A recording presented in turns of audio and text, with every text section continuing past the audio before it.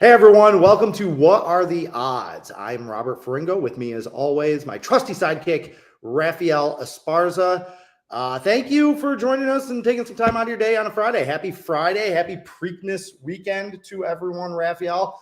It seems like this is a time of year where things start to wind down a little on the sports calendar, right? So we have a lot of those winter sports ending, but not really. WNBA is starting up this weekend. As I mentioned, we have the Preakness Stakes, which we will get into a little bit, breaking down some of the odds at the end of this show. Baseball is in full swing. We got some summer soccer. Champions League final is next weekend. And then there's some international soccer tournaments this week. This coming up in June and July. So still a lot of action. Even CFL. What about the CFL that kicks off pretty soon? Oh, the CFL. Completely forgot about the Winnipeg Bombers, right? Is that what they are? The Winnipeg Wow, look at Bombers? that. Boom. See, I got it. Yeah, and as my producer is like poking me in the side right now, get $60 free premium members picks at Doc Sports. We've made it very, very easy for you. Down in the description, there's a link. Click that link. You'll go to Doc Sports, and you can get $60 to be used towards any handicapper for any package in any sport. So I should not be telling them this, Raphael, because it is not good for you and me, but it is good for the people, and I'm all about the people. You could take that free $60, go to Doc Sports, and sign up for both of our Preakness packages this weekend. Raphael is one of the top horse racing experts in the country. He releases horse racing picks year round. I just jump in for the Triple Crown horse races, but this guy follows all of this action year round. It's $25 for a 2-day package. I know Raphael has picks going today in the Black Eyed Susan and some of the other races. So you could use the $50, get both of our Preakness packages for the weekend, and still have $10 left over for a top play. So it really, really is a fantastic deal for you guys. So, all right, Raphael, I mentioned we're going to get to the Preakness, talk a little WNBA and baseball. But first, I want to get the NBA and NHL just kind of out of the way. We have a big game 6 tonight. Boston in New York. Interesting thing to me about this game is how much the lines have swung with Jason Tatum being injured and with the books maybe realizing that, you know what, hey, maybe we really underrated this Knicks team. You know, remember game 1 and game 2, those numbers were like 10.5, 11 in Boston. The Knicks, even when they were at home, were 5.5 point underdogs at home in game 3. Now they're 2.5 point favorites in this game, an 8-point swing in a playoff series. That's not normal, right? It's not, and I've had this discussion because you know me, one of the biggest pet peeves of mine is I hate all the odds makers got it wrong. I can't believe they posted this number. Well, if they got it wrong, why is it the same number over 24 hours? If they got it wrong, the public would fix it in a 24, 36 hour range. That I'm a true believer of that. The reason why we don't see the significant line movement and stuff like that is because the Boston Celtics, I don't care if Tatum's out, if Brown out, if they hit 40% or higher in threes, they can beat anybody at any time, any place. Jordan's team, Magic's team, Bird's team, they can beat them if they're hitting 40+ percentage at 3-point line. Look at Derek White, who went bananas in the last game. If he maybe just shot 35% from 3-point land, Celtics lose that game. But the whole team was hitting it. That's why it's so hard to really predict the way the Celtics handle games, because it's all about 3-point shooting. If they struggle tonight in a very loud Garden, then I think the Knicks take care of business. That's why the Knicks was 2.5. Two shops moved it to 3 this morning, came back down to 2.5. Because let's face it, me and you know this. If you like the Celtics, it's about the Celtics money line. Why mess around with the +2.5? Just take the money line. Yeah, that was going to be my next question is, do you find the value here on the money line, right? Like taking 2.5 points doesn't really give you anything. Like, yes, it could be a 2-point game, but let's be realistic. It's probably not going to be. But again, is there value with the Celtics right now? They were the big favorites coming into the series. Okay, favored to win. They're down Tatum. For me, it's been Porzingis. That's why I don't like Boston. I like New York. Well, last year, Porzingis was the guy that really took them to the next level, took that lineup to the next level. What he does matchup-wise on both ends of the court, he just has not been able to provide in the series. So I think that the Knicks have really been able to dominate that interior. I know Boston shoots a lot of threes, but New York's also forcing them to shoot a lot of threes because they're dominating the paint with their big men. But Boston was the big favorite. There are still a lot of people out there that think that they can come back and win this series outright. Is there value with the money line here? Well, there earlier was now because now there's plus 115 on the money line. Normally, a normal 2.5 point spread, the money line for plus money should be anywhere between plus 120, maybe some plus 125s. The minus anywhere between minus 140, minus 145. But the book their experience, those bettors, I don't want the plus 2.5. Give me the money line. So there's some shops, DraftKings, FanDuel, all have plus 118. There's a plus 117 out there that just tells me that no one's taking a plus 2.5 if you're playing the Celtics. They're just taking the money line, which is smart. I think if you like that, it's very smart to do that. I'm going to live bet this probably. I don't like the spread. Because again, if the Celtics are red hot at 3-point land, it's bye-bye. It's good night, New York. We're going to a game 7 in Boston. But if they struggle at all, then I think we have a game on ourselves. I like the Knicks. I think the Knicks win tonight. I think they bury them just like they did in game 4 with the energy of that crowd. And I just don't think Boston's playing very good basketball right now. They just don't look good to me. But, my thing, Raphael, is at this point of the year, me, I hate when we get it deep into the playoffs and any sport because I just feel like the value is gone. The level of value is just not there with one game on the board. Okay, that was going to be my question. Do you agree or disagree with me here that with so much focus, such tight numbers, some people are going to win their bets tonight in this game. Some people are going to lose their bets tonight. That's going to happen, right? But that doesn't mean that they were good bets either way. That doesn't mean that there's a lot of value. Do you agree with that theory? 100%. That's why I hate when people say when there's one, like the Monday Night Football game, all the odds makers got it right. They got it wrong. Really? There's one game on the board. I'm sure they didn't mess up that one game. One game on the NBA, Super Bowl, one game. That's why my biggest pet peeve when there's one game on the board is like, I can't believe the odds makers got this one wrong. It should be blah, blah, blah, blah, blah. Really? One game? Do it. The odds makers, hey, you know what? I'm tired. I'm going to put this number up and I'm going to go back to bed. No, it's not like that. But there's really no value in this game. And like I said, there's probably not going to be no value in the OKC game as well. The only thing I talk about that in that one, how healthy is Gordon going to be in that game? Tweaked his hammy. Luckily, they have an extra day off because they don't play till Sunday, not Saturday. But still, when you're an NBA player and you have a hammy issue, it's not 100% the next day. I don't care how many days off you have. And if he's unhealthy and you're on the road, I wouldn't be shocked if that number moves to 8.5, maybe even higher. Yeah, that's what I was going to say. 7.5 seems a little high for a game 7, don't you think? It does, but I think the odds makers noticed that right away because Gordon plays a lot of minutes. Denver's not a really big, deep team. So if he's not 100% and he has a bad wheel, and OKC, who likes to speed the game up at home, I think that's why they moved it that's why they made it 7.5. Yeah, I mean, Porter is hurt. Jamal Murray hasn't been healthy seemingly for the whole season. So they really are a banged up team. Interesting that they were 4.5 point underdogs at home and now only 7.5 point underdogs on the road. Doesn't seem like a big enough split given Oklahoma City's home court advantage. What are your thoughts about them scheduling this as an afternoon game? Do you think that has any impact on anything or matters at all to you? I just don't know what the NBA is doing on that scheduling. I mean, you got one game. Right. It's just Sunday. People do families, go to church, maybe go to lunch afterwards. Put this game at nighttime. Dad, put the kids to bed. Tell the wife, hey, go watch your reality show on Sunday night. I want to watch the game. But now, nothing. I mean, there's who wants to watch the Mets Yankees on Sunday night baseball? I'd rather watch a game 7 of an NBA game. Yeah, I kind of agree with you. I don't really understand that one. Going to the NHL again, one game on the board today. I'm not going to waste a ton of time trying to figure out this number, but it is unbelievable to me. I saw that the underdog Toronto Maple Leafs were plus 200 today. I'm like, is San Jose playing today? Like, are the Blackhawks playing today?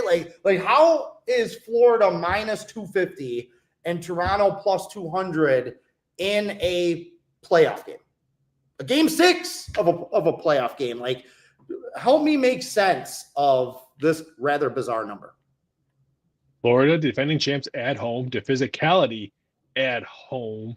I think it has a lot to do with it. And I think the bettors realize that the bettors moved this from 210 all the way up to some place have 240 over at a couple of shops in Vegas. So that the bettors are telling you, hey, you made this number wrong. You should have been higher because we're still going to take this action. Now, yes, some Toronto money's coming in, but not sharp money coming out. They probably just Joe Public coming in on that one. Well, you kind of have to, right? Like that's the only way to bet this. Don't Well, you yeah. think is to take the 2-1 on Toronto? Are they going to win? Probably not. But the value is just way too high. Like I just don't understand how this number wasn't like minus 185 for Florida, something like that. It just seems bizarre to me. The books are just screaming to you, please don't bet on this game. They don't want to take any action on this game. I actually released a play. I like Toronto plus 1.5. You're giving me a goal and a half, and the juice on that is only like minus 125, minus 130, somewhere in that range. So I think there's value there. I did Docs Daily, and Griffin Murphy was talking about, if you like Florida, take them in regulation. In regulation, they're only minus 120, minus 125. Something like that. So, but the minus. Okay, one of their games went into overtime already in this series at Florida. That's the only thing that scared me on that one because I was looking at that regulation, but that's just bad luck if you take a regulation play and it goes into overtime, right? Like the difference between laying 240 on a money line or 120 on a money line for virtually the same bet, right? Like with I'd one rather take the live bet myself and for hopefully maybe Toronto sneaks in an early goal and now you're getting really good money at home that Florida can maybe dominate and maybe they win something like a 3-1 score like 3 unanswered goals and they win like 3-1 or something like that. All right, shifting to Major League Baseball, big rivalry weekend, interleague weekend, which isn't as big a deal now since they all play interleague throughout the season, but still you got some interesting rivalries being set up here. Are there any series that jumped out at you? I made fun of your series, Mets versus Yankees, and I thought the number was a little bit too high. Yes, Aaron Judge is having another Aaron Judge season. And when are we going to put Aaron Judge as maybe one of the best right-handed hitters in baseball? Because the numbers he puts up, and you know me, I'm not the biggest Yankee fan, not the biggest Judge fan, but the numbers he puts up, well, you got to start putting him in the GOAT category as a right-sided bat as a hitter in general. I don't care just because it's been pinch hits, but that's another story. I'm leaning towards the Mets on a series price just because the money I can get. And you know me, I love to hedge on a Sunday game and stuff like that. If I can get a good price, almost had a really good price last week when I had the Cubs on a series price and stuff like that. Leaning towards the Mets, and the Mets have offense. I mean, it's not like this is no Joe Schmo Mets and the Yankees are going to roll over. But wow, $2 favorite? No, I'm sorry, I'll take the Mets. Interesting that you picked up on this because this is a series that I'm most interested in, not just because I'm a Mets guy or because I'm from New York or anything like that, but just strictly for the numbers, which is what you and I like to break down, right? I agree with you. And I talked about this on Docs Daily. Like the Mets are plus 135 for the series price. They're plus 125 in today's game. The Mets have a better team. They have a better record. They're better statistically. The Yankees are just coming off a West Coast swing. Like, why are they such a strong favorite in this game and in this series? Everything's pointing towards the Mets, right? From a value perspective. But then that little part of my handicapper brain, the red light started going off. Maybe this is kind of a trap. Maybe this is the Yankee series, them being at home, them being motivated. Maybe the Mets are a little overvalued or have some inflated value because they have gotten off to a hot start and they really don't have dominating starters that they're trotting out there every fifth day. Like, is there anything to that this might be a trap, that maybe we're reading this wrong? Instead of looking at the value on the Mets, better record, plus money, Yankees have some situational disadvantage, to wait a second. The books put these numbers, they're minus 150 today and minus 165 for the series for a reason, and that the Yankees are actually the side here. Well, some shops have minus 180 on the Yankees on this price. So you're getting plus what? Plus 150, around my plus 153. I'm looking at FanDuel and I think DraftKings. So it's going to be that's probably gone up since this morning. I know the money line opened at like minus 135, minus 140. Now it's up to minus 150. And like I said, I saw minus 165 at some shops earlier on that series price. So maybe that means Yankee money is pushing that up a little bit. Yeah, and I don't understand that. If I'm going to play a series price, I'm going to look at the dog price because I could always hedge on that ticket and it's not going to crush my payroll. I mean, that's why I tell people that. And I tell people, yes, I can have my handicap hat on, but at the same time, I have my money management hat on as well. That's why I tell people betting the NFL futures, that there's odds from week 1 all the way to week 17. Now, do I have a couple of action on that? Yeah, I'm not looking to cash that ticket. I am looking to middle that ticket. I am placing a bet on an NFL week 6 game to cash 2 tickets, not 1 ticket. So, I mean, that's what I look at series prices when I stuff like that. Okay, I'm going to take the plus money right away and see what happens on Saturday and Sunday's game. Because let's say I'm sitting pretty, I could take plus 1.5 on the run line on the Sunday game, and maybe I can cash both tickets if that goes on. So, yes, I have a handicapper brain, but I do this when I'm looking at stocks and stuff like that. I look at it in that kind of a point of view. Yeah, you know me. I'm a huge hedge better. I'm a huge in-game better. I agree with you 100%. If you can put yourself in a situation where you're going to make money no matter who wins, okay, maybe it's not a windfall, but you're guaranteed profit. Like that's the dream, right? Like that's what you want, rather than some people out there, they just have that kind of square bettors, gamblers mentality. Oh, I'm going all in, I'm pushing it, I'm going for that big play. That's that parlay mentality. Oh, I'm going to hit that 3-teamer and cash this big ticket. Well, no, instead of trying to cash that one big ticket, cash a lot of small guaranteed profit tickets. So, I'm with you 100%. And what do you think about the Braves-Red Sox series going on? 2 very interesting teams, neither one of them playing very well. 2 great pitchers on the mound today. Sale returning to Boston. Garrett Crochet going for the Red Sox. Both teams are on 500, which I think is a little bit of a surprise at this point. What's your take on either one of these teams, and if there's any value in this series? Little shocked I could get plus money or even money on the over on this game. So I really thought that we could see something on that one, because I think both bats, especially Atlanta, I think they're starting to hit the ball a little bit better, starting to play actually a little bit better than we saw how they start this season. We know Boston can swing the bats as well. So I thought 8.5 even money around there was kind of interesting. I think the whole weekend, as long as weather is not being effective, I think we could see a lot of runs scored in this one. So if I can get all 3 games, looking at 8.5, 8s and stuff like that, I might have to be looking at the over on this one. Boston, I think I saw -3 nickels for the series price. That was kind of something that I looked at as well. Because again, if I can win 1 game or 2 games and stuff like that, Sunday's game, and I have only a -3 nickels in my money management role, that's pretty easy to hedge off that or make a little bit more money when you only have that price on there. So I looked at that. Yeah, I released a play on the under today. Like I said, Sale and Crochet, 2 great starters. I'm a little, but I'm seeing the same thing you're seeing. I'm kind of expecting runs this weekend out of this series. So there's only a 1-unit play.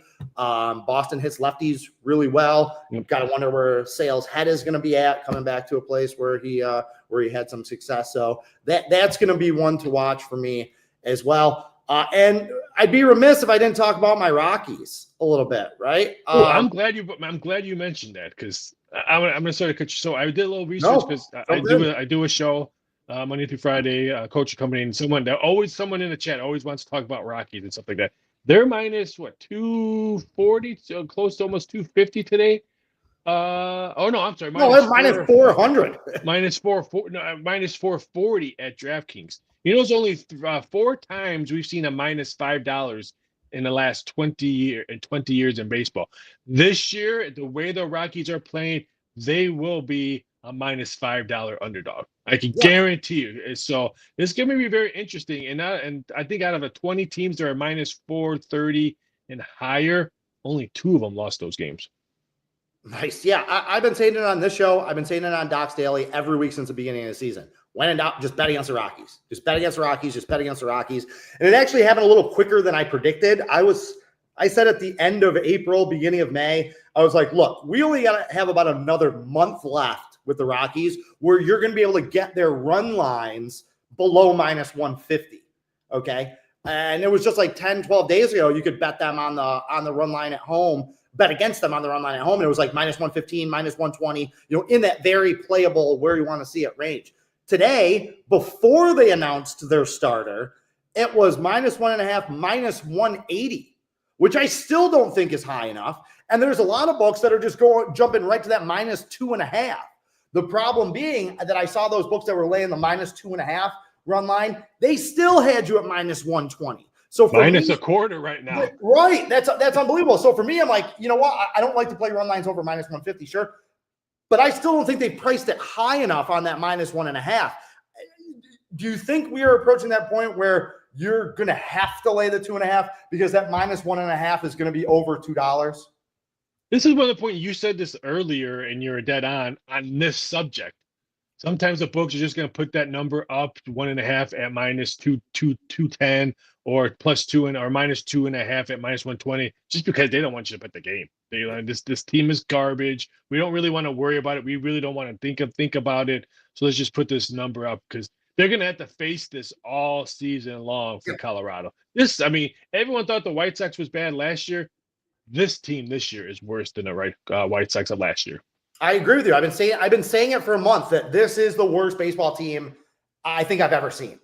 And I'm not saying that as hyperbole. I'm not saying that because I'm on a show and I'm trying to like make headlines or anything like that. Like, no, I'm being dead serious. This is the worst baseball team I've ever seen. They might win 30 games, maybe. And, we talk about this in spread sports, and this is the difference between spread betting and money line betting, is that in spread betting and spread sports, eventually that value and those numbers get so inflated that it goes so far one way that there might actually be a little value betting on the bad team in college football, in the NBA, something like that. That's not going to be the case. People are asking me, they're like, at what point is there value betting on Colorado at +375, +385, +1.5? None. There is never going to be a point this year where it is going to be worth it to bet on the Rockies because they are so bad.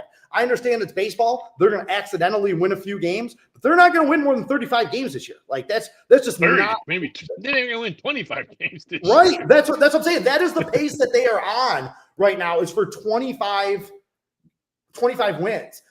So no, anybody waiting for that tipping point where it's like, okay, now let's find some value betting on the Rockies. It is not going to happen. And if you see any run line, any -1.5 that's below -190, it's still fair game. I say that understanding the money management aspect of it, but they're just that bad, right?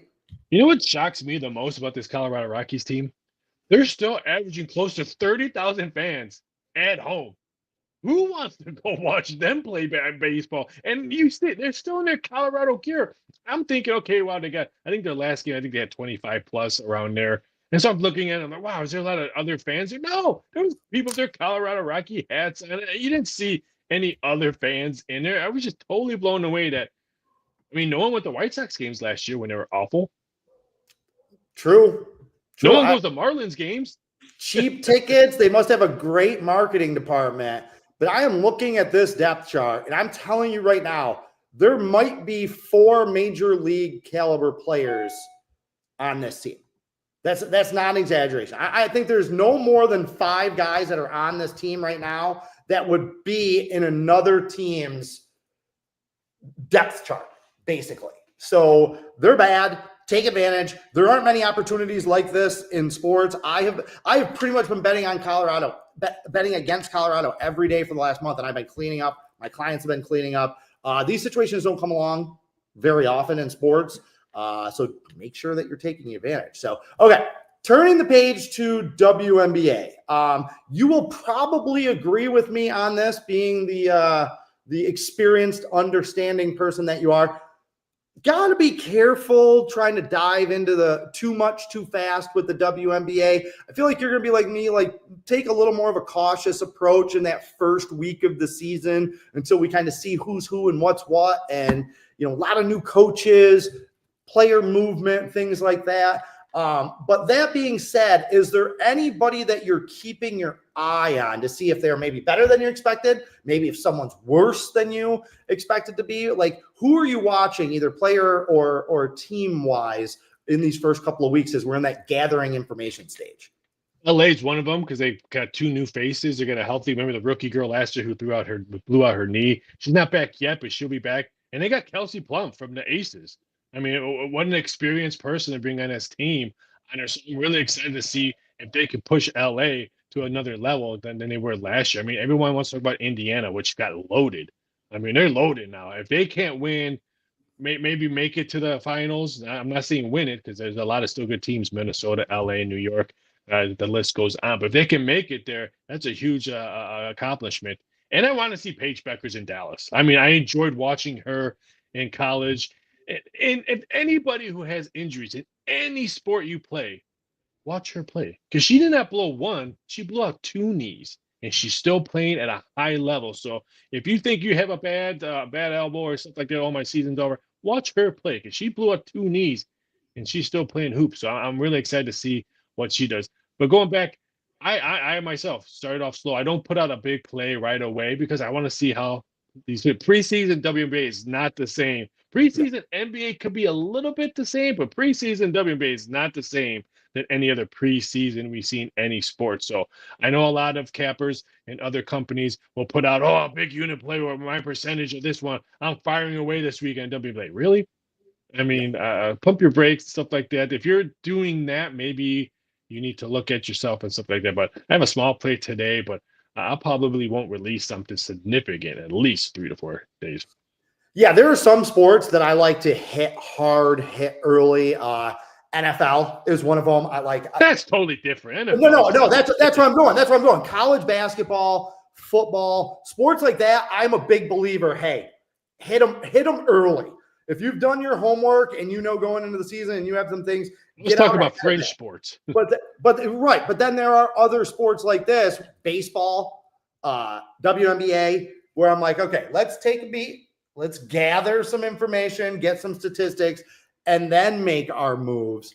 So I agree with you there. One game I wanted to highlight on the weekend card: Las Vegas going to New York in Saturday. Big basketball weekend in the Garden, right? New York, 3.5-point favorite, defending champs.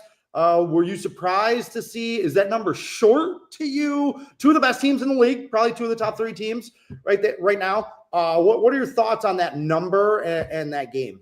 This one opened up at 5, and I really wanted to grab the Aces at +5, and I missed it. Just how I missed last night's Celtics team total over at 102.5, and now it's when I woke up, it's 104.5. Stupid me! I decided to watch a movie instead of hitting that one. But yeah, I was looking at playing the Aces. I think this number will probably close around 3. Granted, it's a noon game tomorrow, so I hate those early noon games and all that because you don't get significant line movement. If this one should have been maybe like the 2 o'clock or even a 9 o'clock game, because then I put a different game at the noon one because I think you get better money coming in. But I'm looking at, I like this Aces team. I think defense, and they get the best player in the WNBA. I know everyone thinks the girl from Indiana, Caitlin Clark's going to win MVP, but last time I checked, there's a girl named Wilson that still plays in Las Vegas.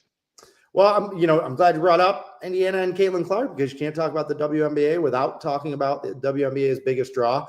My theory on Indiana this year is that the value is going to be betting against them. I agree with you. I don't know about that. Their team is much different. I agree with you that they added a lot of talent, new system, new schemes, new everything, and they still have Caitlin Clark.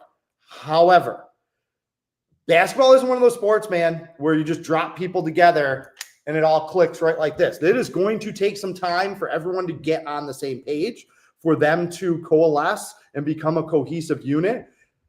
Take that, and also take the hyper-inflated public expectations. The sports books know, the odds makers know that everyone wants to bet on Caitlin Clark.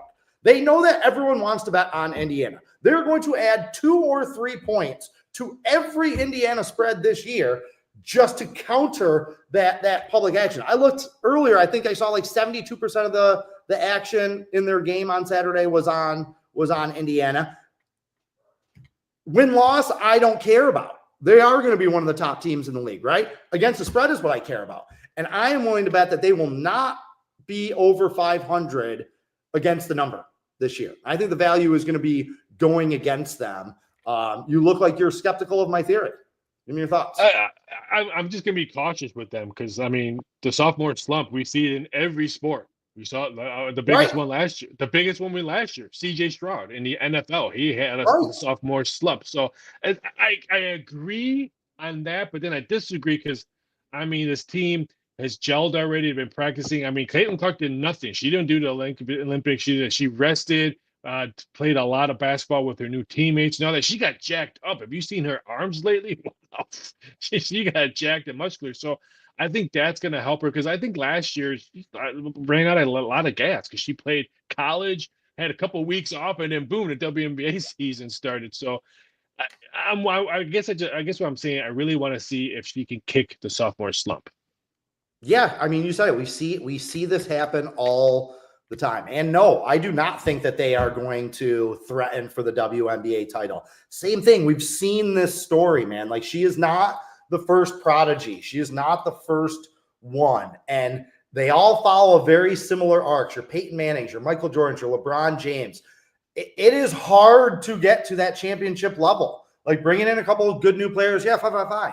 There's still better teams, more experienced teams, older teams that are out there. You're not going to go just from being rookie of the year to now you're the champion and you're the best. They're going to have to fight. I think that there's going to be an early postseason exit is what I am predicting for Indiana. Or maybe they make it to the semifinals and lose. But I don't even think they're going to go to the WNBA finals. Like I said, I am very much in the camp of let's go the other way. Everyone's on the Indiana bandwagon, so I'm going to jump off it and go the other way. And I think that that's going to be the most profitable approach for bettors. They could win 30-plus games this year, but are they going to cover the Can spread? you imagine her statue?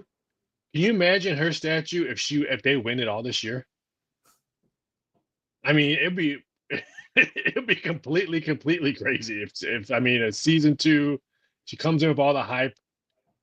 Built up the hype last year. She had a really good season with all her assists. Granted, she had a lot of turnovers that no one wants to talk about, but that's another story. Right. And then wins it in year 2 with a brand new coach, brand new some players are on there with a new system, like you said. That'd be very impressive if they won it all this year. I agree. It will be impressive, and they're not going to do it because, I'm going to say they were. No, I'm not saying you, but there are those expectations. When you talk about them, people are talking about them as a potential champion. They're one of the favorites. Like you said, she's favored to win the MVP. Like, I'm sure there was more action on their season win total number than probably all the other season win total numbers out there for futures bettors combined. I bet more of them were on Indiana and over and stuff like that. So, that's my advice. We come here to talk about the odds, to talk about the numbers, how they're set, why they're moving, what's going on with them. When I'm looking at everything Indiana, that's the slant I'm coming at this year. We'll see if I'm right. We'll see if I'm wrong, but let's be honest. I know that I'm right. So, all right, something I will probably be wrong about, but hopefully not, is going to be the Preakness Stakes. Now, Preakness is Saturday. Raphael, this is my favorite of the Triple Crown races. This is the race that I've done the best at. I feel a natural kinship with the Preakness because I had my bachelor party there back when the infield of the Preakness was still like Thunderdome, basically. I like this race because for me, it's the purest handicap. It's all about speed, baby. It's all about speed. Kentucky Derby, you got 20 horses. You got to juggle the odds, the post position, running style, all this. The Belmont is the longest of the races, so that's when breeding comes in, like how the horses have handled distance in the past. There's just a lot of other things. Preakness, none of that, man. It's the shortest race, fastest horse, lineup, boom. Who are 2 or 3 of the horses that you're looking at in terms of just, hey, this is a fast horse, this is the best horse I like, and who are maybe 2 or 3 horses that you're looking at being like, look, there's some value here. These numbers are off. Well, I'll put value and one of the fastest horses on the field at the same time. The number 8 horse, Clever Again. I mean, I think the horse has a lot of speed. Wire-to-wire victory at Oaklawn and the Hot Spring Stakes. Her speed number right there was second to Journalism at Santa Anita. And now we have a Clever Again horse that didn't run in the Santa Anita, so could have a little bit more gas in her tank. And then this one, I kind of like that one. Is Journalism gonna run well? Probably. She's the fastest horse in this race. I don't even know she didn't win the Derby. But what's her mentality and her gas tank gonna be like? Because not only she had to run a Derby 2 weeks ago, but had to run it in really crappy weather. And I know me, if I was sitting outside in the rain pretty much all day, and then had to run in the mud and slop all day, and then got to do it again in 2 weeks in a probably humid weather. It's not gonna be that humid. It's going to get high 70s. At Belmont, at Pimlico, but what's your gas tank going to be like? That's why I kind of like the second fastest horse. I'm going to say, as long as Clever Again doesn't follow the one horse goal oriented, because I think that's going to take the leader right away. The one horse, as long as Clever again doesn't follow him around, then I think he can win the race. And let's be clear to those of you that are watching right now, even under optimum weather conditions, Raphael Esparza would not be running. He would not be running and then come back 2 weeks later. No. So, you try to use you as an example. So a very interesting stat, and this one has stuck with me this week. Between 1984 and 2016, 33 races. A horse that ran in the Derby won the Preakness 30 out of 33 times. Okay? However, since then, the last 8 years, a horse that did not run in the Derby has won the Preakness 6 out of 8 years. So it used to be unthinkable that if a horse wasn't good enough to get in the Derby field, they probably weren't good enough to make a good showing in the Preakness. But over the last 8 years, we've seen that completely flipped on its head. So going back to what you mentioned about Clever again, and some of these other horses that are relatively unknown to people that put all their focus on the Derby horse, value, like, do we follow this new trend over the last 8 years? And should we be looking more heavily at the horses that didn't run 2 weeks ago and didn't run in the Derby? Or do we step back and say, okay, despite what's happened in the last 8 years, 32 out of 41 years, a horse that ran in the Derby ran in the Preakness. So we're talking about 78% of the time, a horse that ran the Derby wins the Preakness. And does that give more value and weight to a horse like journalism? I do. I mean, I'm more statistic-wise at the last 8 years because let's face it, they're training horses totally different now than they did 5 years ago. I mean, there's a great Netflix special. I wish I had the name on there. If you have any questions, it's a great Netflix special about last year's Derby. It's fantastic with the owners and stuff like that. It's how they're breeding their horses. I just think that's totally different from the stat you said 33 from 8 years ago. So I highly think that's going to happen today. I didn't even mention River Themes, where I think it's a really, really good horse as well that can win this race. So there's a lot of good horses. I don't think the horse that won race the Derby, there's only 3 of them win this race. Sandman, no. I don't even know why the Sandman is running this race. I think he won't even come close to hitting the board. And I think journalism is the only one because he's the fastest horse of all of them. But again, I worry about his stamina and his gas tank. Yeah, I'm with you. I really like journalism. I am absolutely selling Sandman. I think that horse is I thought it was overrated and overvalued going into the Derby. And I put that in my write-up about the Kentucky Derby. And I don't like the style. He's more of a closer. He likes to come from the back, right? That style isn't going to work here. The course is too short. I also do like I like the value with American Promise a little bit. The horse has only hit the board in like 4 of its 10 races, something like that. But it's still sitting out there like 18-1, 20-1. It has a 105 Brisnet ranking, it was the 3rd fastest Brisnet of any of the horses that competed in the Derby. So the speed is there. It has that front running style that I like. So if you're looking for like a value long shot, I think you could do worse than American Promise. You mentioned the horse River Thames.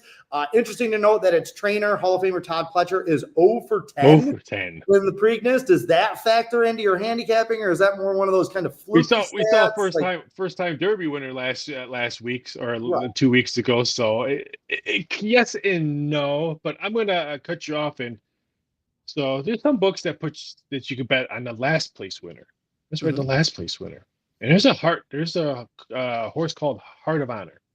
And everyone knows that my ticker is not the best. So I always try to fade anything heart related. So if Heart of Honor does not come in last, I'm going to be very upset. Because so far, anything that the word heart fails me anyways. So this one better fail completely bad. Plus 350, last horse in the race, Heart of Honor. Book it now. I love everything about that. Yeah, Heart of Honor, Paybill, and Gosker. Those are the 3. Paybill's he's gonna screw me. I can guarantee you Paybill's gonna screw me. Those are the 3 filler horses, as I like to call them. They're just filling out the field. Those are the ones that you release those trifecta bets with like the 2 or 3 horses you like to win, the 4 or 5 horses that you like for the race, and then you overall and you hope that one of those filler horses sneaks into that top 3 to fatten up your payout. But yeah, Heart of Honor, Paybill, and Gosker probably battling for for last place. So I'm going to be rooting for Heart of Honor for you to fail for you. All right. Any last thoughts before we get the people out of here? No, I think I have a good free play winner for the people who are watching and stuff like that. So Free play winners are fun. What do you got? And a good OKC game. They're at home. I already mentioned that Gordon he's going to play. I'm not going to use that. Oh, remember last night, Murray's sick. It's a game 7. If he can walk, he can play. But like last night, Murray's sick. Is he going to play? He's questionable. Give me a break. He was going to play no matter what. The only reason I was hoping he wouldn't play so I could hear the people, could I get a refund on my player prop? But that's the source. I like OKC team total over 109.5. They're averaging at home in the playoffs 127 points per game in the playoffs. So I did think they're going to put up a big number. I think they want to probably speed this game. Hire out the Joker. He's been playing some big minutes. I know he had 1 day extra off because they play on Sunday, but speed this game up, OKC. I think you're going to win this game. I think you're going to win in a big number. All right. Mine is kind of a dual play for Friday baseball. Give me the Nationals over the Orioles. I don't understand why the Orioles are favored in this game. They are hitting 179. That's .179 as a team against left-handed pitchers. And I think Mackenzie Gore is one of the more underrated starters in baseball. I feel like if this guy was on a bigger name team, he'd have a lot more respect. He's good. He can throw. He's not just a guy out there. Baltimore is throwing just a guy. Cade Povich, ERA near 6. He's bad. He's not a good major league starter. I don't really understand why the Orioles are favored in this game. Washington actually has a better record on the season. They have the better starter. You're getting plus money value. And in that vein, take Washington on the series price to win this series. Right? I know Baltimore, people just keep waiting for the light bulb to click on, but they are minus 185 to win the series. Washington is plus 150. As I mentioned, I think Washington is going to get game 1. And to bring this all back full circle to what Raphael was saying earlier, if you take Washington plus 150 to win the series, you are potentially setting yourself up on Sunday to find a middle or a hedge or a way to cash a lot of tickets and make it a very happy weekend. So, all right, that's it. Take advantage of that free 60. Link down in the description. Other than that, be sure to check out Doc Sports tomorrow because, as we mentioned, a lot of action, a lot of big sports. Raphael's going to have his Preakness card. I'm going to have my Preakness card. Big WNBA, MLB, playoff picks. We got you covered and whatever you need. We will be back next Friday at the same time. Until then, carpe diem and good luck.